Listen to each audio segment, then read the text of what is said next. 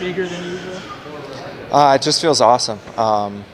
Nice to sleep in my own bed and all those other little things that go along with fight week, but just the fact that all my friends and family and people I know are going to be out in the stands cheering me on. I've been a lot of places around the world so far in my UFC career, and whenever you're somewhere else, it seems like everybody's kind of cheering against you. So it's good to probably Saturday. I'm expecting a lot of home support. Fighting at home, that home support, as you just mentioned, does that put some pressure on your shoulders, extra pressure, or more motivation, a bit of balance? No pressure. You know, on the regional scene, you're expected to sell all these tickets and hustle and do all that kind of stuff. I can just come to this event and take in all the good energy, and I think it's all good vibes. I believe this is your first open workout, if I'm not mistaken. Are you looking forward to it? Usually you're doing the scrum afterwards. You haven't done the open workout yet, but are you excited to go out there and see the fans? Yeah, 7th UFC fight, first open workout, so I really don't even actually know what to fully expect, but really excited for it.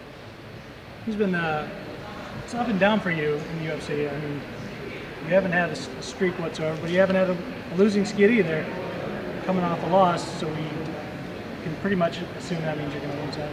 Does that seem right? Yeah, that's right. You know, all the way back to my amateur career, I've never lost 2 in a row, so I'm not expecting that streak to start right now. I think Saturday is going to be a win, and it's going to be the beginning of getting on a win streak finally in the UFC. Is there something about, you know, back against the wall, not wanting to have 2 losses that it kicks you as a fighter into some kind of next level from a motivation standpoint when you're training? Yeah, I've always done well in those pressure situations, you know, and I expect Saturday to be no different.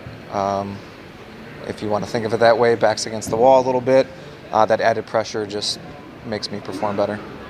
You're coming off a loss to Sage, but I spoke to you before that fight. You were very confident. You weren't too impressed with Sage and what he had done in the UFC before your fight going in. What did you take away? What did you learn from that? Yeah, he did a really good job.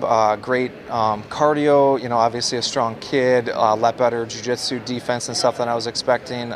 He's getting better, but going back to the drawing board and trying to fix things that you need to work on after a loss.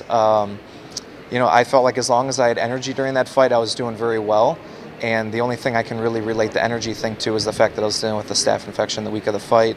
About 6 days out, I couldn't really get out of bed and had a fever and all that kind of stuff going on. So just kind of is what it is when you take a fight like that and you're not 100% healthy. Part of you bummed that he's left UFC, so you can't get that back anytime soon? Yeah, there's not a lot of rematches that go on and stuff like that. There's a lot of fights I wish I could have back. You know, the Sergio fight was a split decision down in Brazil. If that was on the Milwaukee card this Saturday, you know, who knows? There's a lot of stuff like that. So I'm just going to keep taking each fight one at a time and go with whoever they give me. Might be a silly question, but is it fair to say that staph infection played a bit of an impact in that fight? My gas tank has never zapped like that before. I've been in decision plenty of times. You guys see me even in the UFC go to decision, and yeah, I've never felt like that before.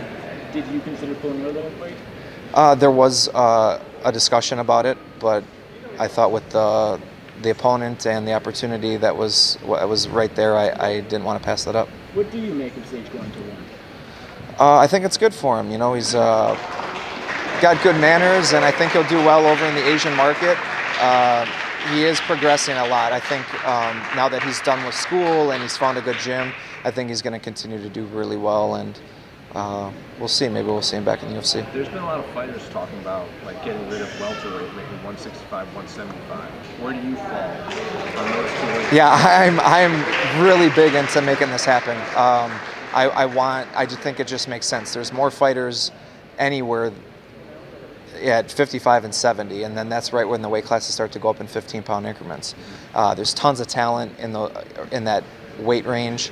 I think it's about time that we make that happen. Would you go down or would you go up towards that? I think it would just kind of depend on how things all worked out, and I'd have to have the discussion with my nutritionist and my coaches, and we'd just figure out what would be the best thing for me. I'm not really sure. I'm not 100% which one I would do.